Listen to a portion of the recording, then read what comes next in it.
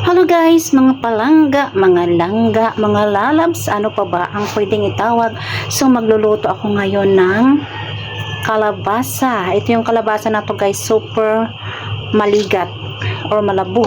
Ayan. So ganyan ako magbalat guys kapag mura pa yung kalabasa. Hindi ko binabalatan lahat kasi sabi nga nila, nasa balat ang sustansya. Ayan. So hindi ako nakabili ng sitaw. Medyo mahina na yata yung aking memorya. Charit.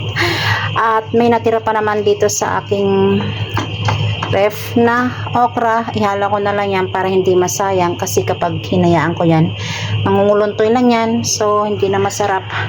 So, ito lang. So, haluan ko lang siya guys ng shrimp or hipon. Ayan. At syempre, ang ating pangmalaasang kuku mama. Dahil wala tayong fresh na coconut, pwede na yun. So, let's cook. Thank you guys. Thank you for watching. Update ko kayo mamaya pag naluto na. So, ito yung ulam ni Ruro.